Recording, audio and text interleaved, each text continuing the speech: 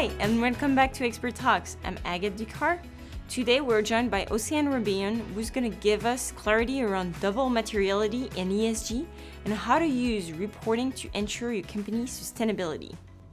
Hi Agathe, thanks for having me. So let's start with the basics. Can you define what materiality in the context of ESG and why it's important for organization? Yes, materiality is really about identifying and assessing sustainability issues that have an impact and influence your organization. And when you do this, you can prioritize what has the most impact and facilitate decision making. Now we see two different sides of materiality for ESG. First, and this one has been around most historically, the impact materiality or impact outwards. How your company is impacting the environment, the economy, and society.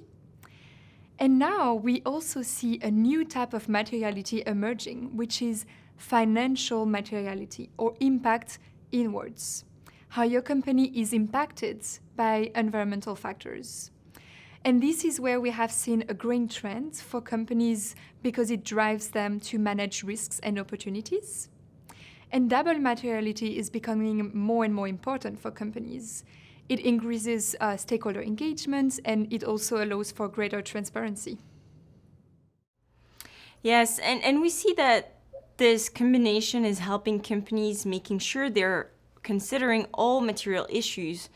Do you see any difference in the definition of materiality between all the ESG reporting standards and frameworks? Yes, they all have their own definition of materiality, and it really depends on the angle that they are focusing on. For example, SASB has an inwards financial definition of materiality, so it identifies sustainability issues that are likely to affect the financial performance of an organization. And another example is GRI, who has this time an outwards definition of materiality, and they define it as information that may be considered important for reflecting the organization's social and environmental impacts. Okay, so let's look at a real example. Let's take climate change as an issue. Can you show us how the concept of double materiality would apply in that context? Yes, and climate change is a great example of double materiality, and many companies are focusing on this at the moment. Let's say your organization can face physical risks related to climate change, for example, due to severe weather. These can impact your assets, but it can also impact your production and your supply chain, either directly or indirectly.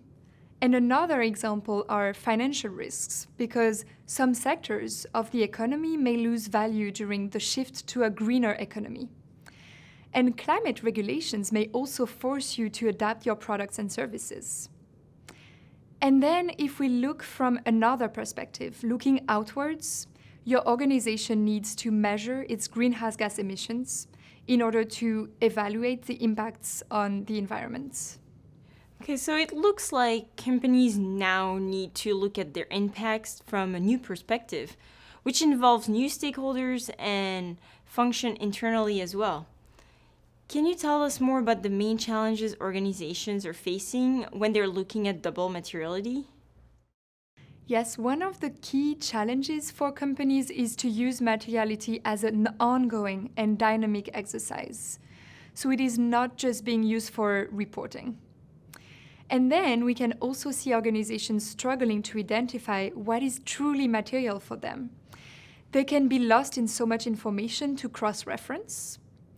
And then another pitfall is to cherry-pick the material issues to focus on instead of focusing on the real impact you can have. Okay, with all these challenges in mind, what advice would you give to companies in order to conduct double materiality assessments and reporting? Well, my first advice would be to make use of industry standards and tools. For example, we really like the SASB materiality map, the Sustainable Development Goals, and the TCFD guidelines. And all of them can really provide a basis to help identify a first layer of what materiality looks like for your company or for your industry. And then the second one would be make a priority of managing stakeholders. They should really be treated as a compass to point your company's blind spots. And finally, I would say approaching materiality as a core element in your business strategy, really incorporating ESG risks and opportunity management. And altogether, I would say double materiality can really be used as a key driver for generating business value for companies and facilitating their change management internally.